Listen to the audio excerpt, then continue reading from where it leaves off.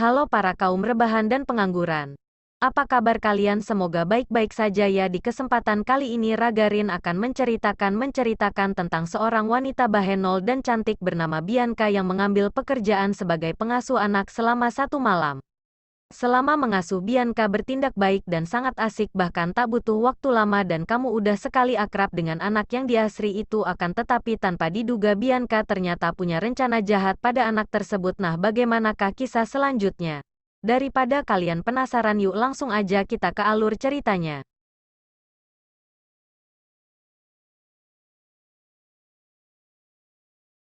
Film ini diawali dengan memperlihatkan Bianca yang sedang berbelanja di supermarket.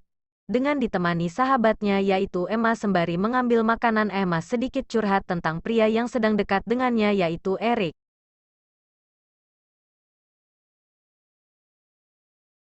Setelah membayar di depan pintu toko, Bianca meminta Emma cerita lagi sampai-sampai ke hal yang rahasia pun. Bianca ingin tahu meski agak malu-malu ngomongnya, Ma jujur jika dirinya sudah mantap-mantap dengan Eric.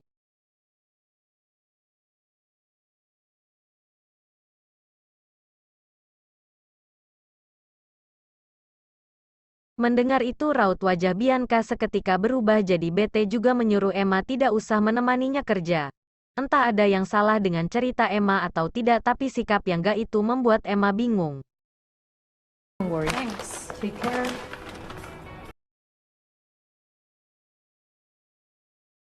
Ketika sedang teleponan di jalan, tidak sengaja Bianca kabar ketemu dengan teman prianya yaitu Robert. Lantas ia menutup teleponnya dan memilih ngobrol dengan robot. Di situ Bianca memberitahu jika nanti malam dirinya mendapat pekerjaan sebagai pengasuh anak selama 1 malam karena orang tua anak itu akan pergi ke acara pesta. Melihat kesempatan itu, Robert yang ingin dekat dengan Bianca akan datang untuk menemaninya.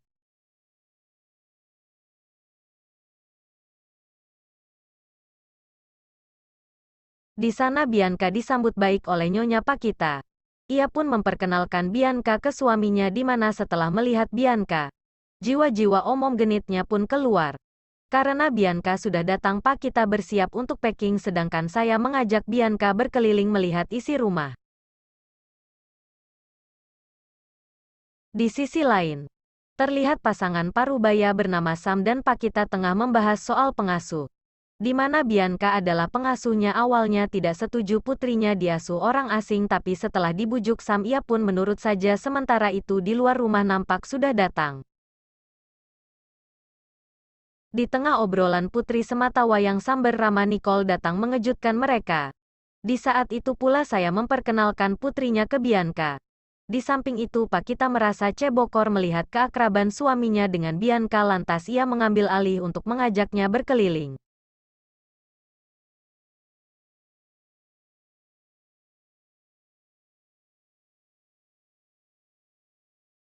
Singkat waktu malam pun tiba. Sebelum pergi Pakita memberikan Bianca nomor telepon dan menyuruh untuk menghubunginya. Jika terjadi sesuatu selain diberi tugas untuk menjaga Nicole, Bianca diberitahu untuk melayani Nicole agar tidak tidur lewat dari jam 11 malam. Selang beberapa menit, bukannya menjalankan tugas dengan baik, Bianca malah mengajak Nico ke hal-hal yang dilarang, seperti nonton film horor dan makan es krim. Di tengah keasikan mereka, tiba-tiba ibu Nico nelpon untuk mengetahui keadaan putrinya. Melihat jam sudah menunjukkan pukul 10, Pakita mengingatkan Bianca untuk menyuruh Nico tidur, akan tetapi setelah teleponan selesai Bianca tidak menuruti perintah Pakita dan malah lanjut bersenang-senang bersama Nico. Namun di waktu yang bersamaan Bianca mendapat telepon dari Emma yang masih ingin menemani Bianca, tapi tetap saja Bianca menolak karena tidak ingin diganggu. Tak terasa malam semakin larut, akhirnya Bianca mengajak Nicole untuk tidur di kamar biar enggak melihat sebuah foto terpajang di mana foto itu adalah Nicole bersama seorang pria. Karena kekepoannya Bianca mencoba bertanya kepada Nico, siapa pria itu. Mengetahui pria itu hanya teman Nicole, Bianca sedikit tenang. Di situ Bianca tidak jadi membacakan dongeng, alhasil Nicola menceritakan tentang legenda si Popan Jimmy. Diceritakan si Bapak Jimmy adalah pembunuh terkenal yang kabur dari penjara rumah sakit jiwa. Dia dikenal hobi membunuh dan memotong-motong, lalu setiap aksinya itu si Papat selalu memakai masker. Kebanyakan target yang dibunuh adalah pengasuh anak. Mendengar cerita Nicole sama sekali tidak merasa takut, malah dia menakuti Nicole balik dengan mengatakan bahwa kau tidak aman. Entah apa maksudnya Bianca berkata seperti itu.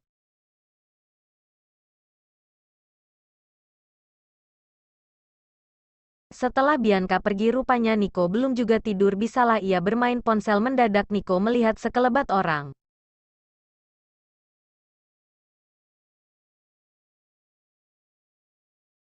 Saat lampu dinyalakan, anehnya orang itu dengan cepat menghilang, dirasa cuma halu. Nicole pun memiliki tidur, namun ternyata seseorang yang Nicole lihat bukanlah halu melainkan benar-benar seorang penyusup yang sedang berjalan mendekat ke rumah Nico. Karena tidak menemukan siapapun, Bianca pergi ke dapur untuk menelpon seseorang dan tanpa ia sadari orang yang sempat dilihat Nico kini berada di belakangnya.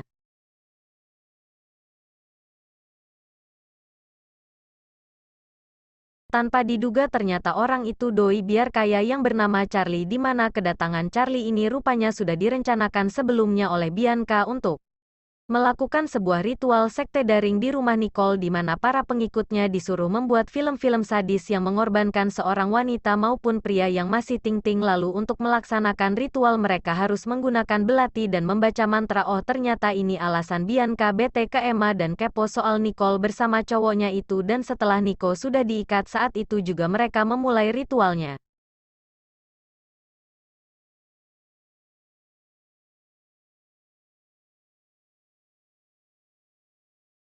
Tanpa diduga ternyata orang itu doi biar kaya yang bernama Charlie, di mana kedatangan Charlie ini rupanya sudah direncanakan sebelumnya oleh Bianca untuk melakukan sebuah ritual sekte daring di rumah Nicole, di mana para pengikutnya disuruh membuat film-film sadis yang mengorbankan seorang wanita maupun pria yang masih ting-ting.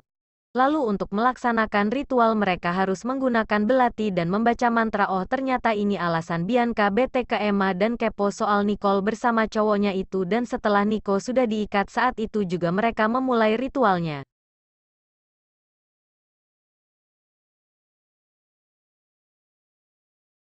Tanpa diduga Bianca memukul kepala Robert, berpikir robot sudah tewas dan kau menyembunyikan tubuhnya di toilet. Sementara Charlie menunggu, Bianca malah melepaskan Nicole untuk bermain kartu bersama. Kelakuan konyol Charlie pun jelas membuat Binca yang baru datang pun marah.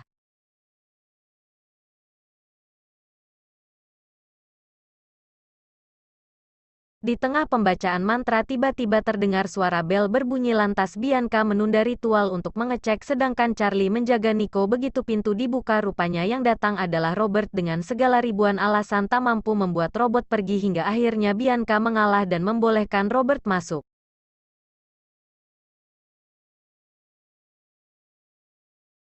Oh, itu Kang Pizza yang dipesan Robert sebelumnya. Melihat tampang polos si Kang Pizza, cara yang beranggapan bisa dikorbankan membujuknya untuk masuk berhasil membuat Kang Pizza masuk ke dalam. Di situ Charlie langsung berteriak memanggil Bianca yang berada di lantai atas untuk segera turun.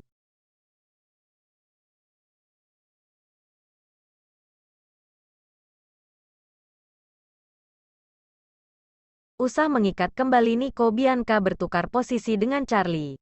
Diagnostra akan tetapi lagi-lagi ritual sulit diselesaikan. Gimana baterai kamera mereka habis. Kemudian Bianca menyuruh Charlie memakai kamera ponsel miliknya saja. Melihat Charlie sangat rewel sekali dengan kertas mantra dan ponsel Bianca yang kesam melototnya saat akan mulai baca mantra. Bila kembali bunyi kali ini dan kaya akan jaga Nico, sedangkan Charlie gantian mengecek.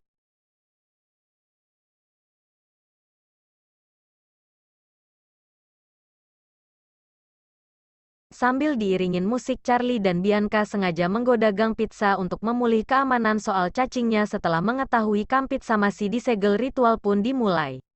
Akan tetapi selesai ritual mereka tidak merasakan apapun saat Bianca menanyakan kembali dalam keadaan sekarat. Kang Pizza sejujur jika cacing berototnya sudah lepas segel, mereka pun langsung marah setahu telah dibohongi. Lalu tiba-tiba listrik padam. Dirasa itu ulah Nicole, mereka pergi memeriksa dan meninggalkan jasad Kang Pizza begitu saja. Dan benar saja saat dicek ke kamarnya, Nico telah melepaskan diri. Berpikir Nico tidak akan pergi jauh, Bianca kemudian membagi tugas gimana Charlie akan mencarinya di luar rumah sedangkan Bianca di dalam melihat pintu Yang terbuka sedikit Charlie yang merasa Nicole ada di dalam masuk pelan-pelan ketika akan mengambil gergaji kecil. Sialnya Charlie terkena jebakan beruang tapi untung saja dengan mudah Charlie bisa melepaskannya meski terasa amat sakit. Charlie memaksakan diri berjalan untuk masuk ke dalam rumah. Bersamaan dengan itu Bianca menemukan Nico sedang bersembunyi di balik kain. Ternyata itu bukan Nico melainkan sebuah balon berbentuk orang. Saat akan kembali mencari Bianca dikagetkan oleh kemunculan Nicole yang membawa alat aku tembak. Ketika akan memberikan tembakan terakhir tiba-tiba dari belakang Charlie yang baru datang menyerang Nico tetapi Nicole mampu membalikan keadaan di mana ia berhasil membunuh Charlie. Karena pakunya habis nih Nicole yang tak bisa menyerang Bianca lagi memilih kabur. Di tengah pelarian Nicole pakai segala kesandung. Alhasil ia pun tertangkap oleh Bianca dan dibuat pingsan lalu saat tersadar Nico kaget sudah kembali ke tempat semula saat hampir berhasil menyelesaikan ritual tiba-tiba dari belakang biar nggak ditusuk dengan stick golf oleh Robert yang ternyata masih hidup dan di saat itu pula robot membawa Nico pergi dari sana.